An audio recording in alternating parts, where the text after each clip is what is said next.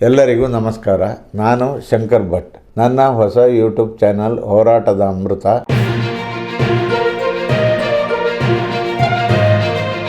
ಮೋಡ ಹಗರಣದ ಸಂಬಂಧ ಶುಕ್ರವಾರ ಹೈಕಮಾಂಡ್ ನಾಯಕರನ್ನ ಭೇಟಿ ಆಗಿದ್ದ ಸಿಎಂ ಸಿದ್ದರಾಮಯ್ಯ ಸಂಪೂರ್ಣ ಮಾಹಿತಿಯನ್ನ ನೀಡಿ ವರಿಷ್ಠರ ಜೊತೆ ಚರ್ಚೆಯನ್ನ ನಡೆಸಿದ್ದಾರೆ.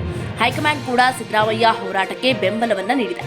ಆದರೆ ಇದರಲ್ಲಿ ವಿಶೇಷ ಏನಿದೆ ಅಂತ ಕೇಳಬಹುದು.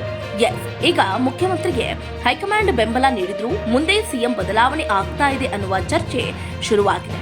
ಯಾಕಂದ್ರೆ ಅಸಲಿ ಆಟ ಬೇರೆನೇ ಇದೆ ಅಂತ ಕಾಂಗ್ರೆಸ್ ಉನ್ನತ ಮೂಲಗಳು ಹೇಳಿವೆ.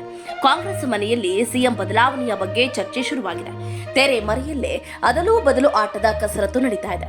ಸಿಎಂ ಬದಲಾವಣೆ ಮಾಡಬೇಕಾದ ಸ್ಥಿತಿ ಬಂದ್ರೆ ಹೇಗೆ ಅನ್ನುವ ಚರ್ಚೆ ಈಗ ಶುರುವಾಗಿದೆ. ಸಿಎಂ ಬದಲಾವಣೆ ಸ್ಥಿತಿ ಬಂದ್ರೆ ಮುಂದಿನ ಸಿಎಂ ಯಾರಾಗಲಿದ್ದಾರೆ? ಸಿದ್ದರಾಮಯ್ಯರನ್ನ ಬದಲಾವಣೆ ಮಾಡಿದ್ರೆ ಆ ಸ್ಥಾನಕ್ಕೆ ಯಾರು ಸೂಕ್ತ?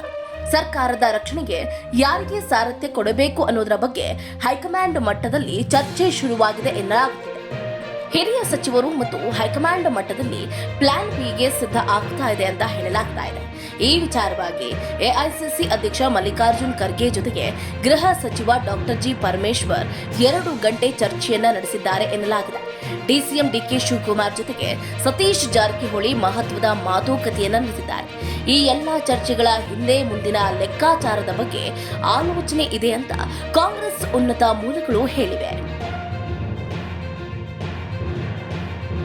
ಶೇರ್ ಮಾಡಿ, ಸಬ್ಸ್ಕ್ರೈಬರ್ ಆಗಿ, ಬೆಲ್ ಐಕನ್ ಅನ್ನು ಒತ್ತಲು ಮರೆಯದಿರಿ.